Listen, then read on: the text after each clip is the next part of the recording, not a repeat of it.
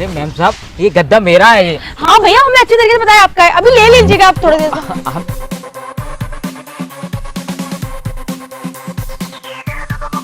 से। लाइए भैया।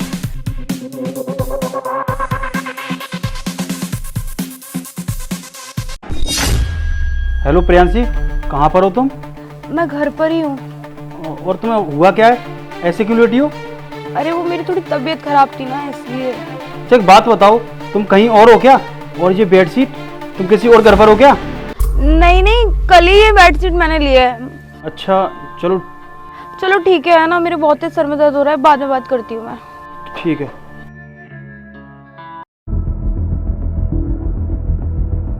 ये लीजिए भैया अपना तकिया। थैंक यू भैया। चलो तुम्हारा गद्दा।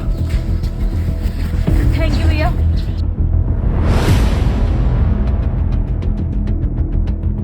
हे भगवान, कैसा कलयुग आ गया है। ये लड़की अपने पति को कैसे पागल बना रही थी।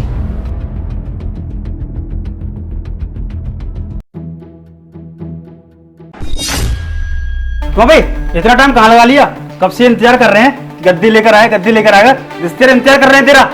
वो साहब जी, वो ना एक लड़की ने मेरे को रोक लिया था। वो एक लड़की ना मेरे से टकराई और ना उसने टकराने के बाद ना ये मेरा गद्दा छिना लिया और मेरे हाथ से जितना भी चादर और तकिया लगा था ना वो भी छिना लिया। और छिनाने के बाद ना वो अपने पति को पागल बनाने लगी, वीडियो कॉलिंग पे बात करने लगी और बुरी बुरी तरीके से मतलब उससे बात कर रही थी। उसके बाद ना तब फिर उसने उसके चक्कर में मेरा टाइम बर्बाद हो गया। क्या कोई लड़की मिली तुझे? ये चादर तो वही है जो प्रियांशी मुझसे कॉल कर रही थी।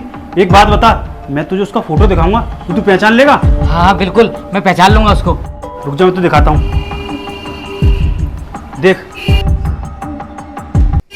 हाँ साहब जी, ये लड़की है। इसी लड़की ने मेरे को रोका था, इसके चक्कर में मेरा टाइम बर्बाद हो गया। क्या इसका मतलब प्रियांशी किसी और के साथ घूम रही है? अरे साहब जी, हुआ क्या? कुछ नहीं, तू एक काम कर, चल अपना काम कर जहाँ से आगे।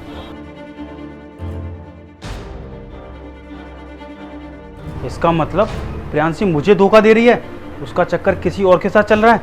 उसको तो आज मैं छोड़ूंगा नहीं, आने दो उसको।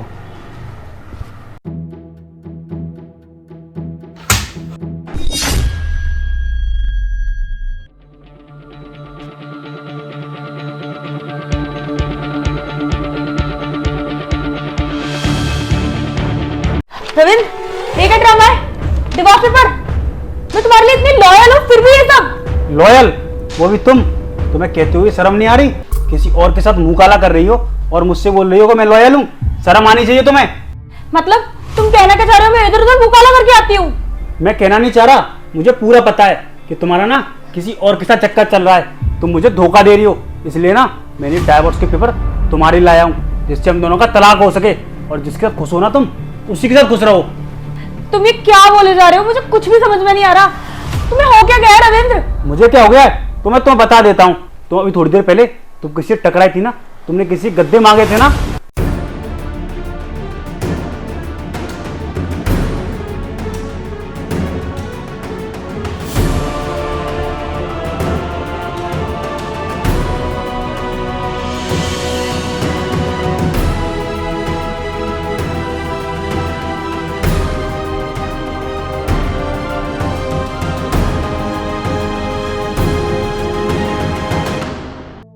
रविंद्र, वो झूठ बोल रहा है, ऐसा कुछ भी नहीं है। प्रियांशी, अपनी ना बकवास बंद करो।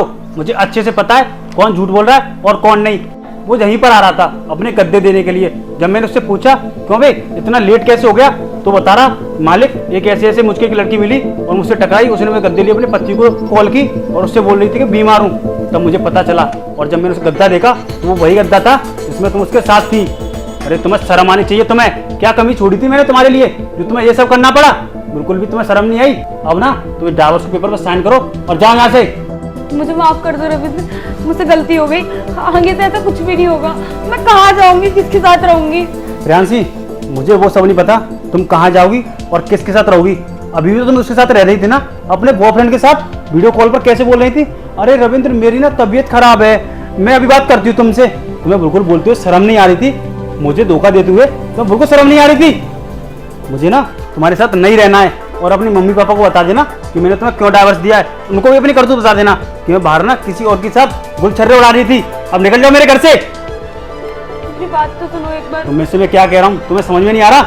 मुझे तुम्हारे साथ नहीं रहना है, तो इसलिए कृपया करके मेरे घर से निकल जाओ। Get out.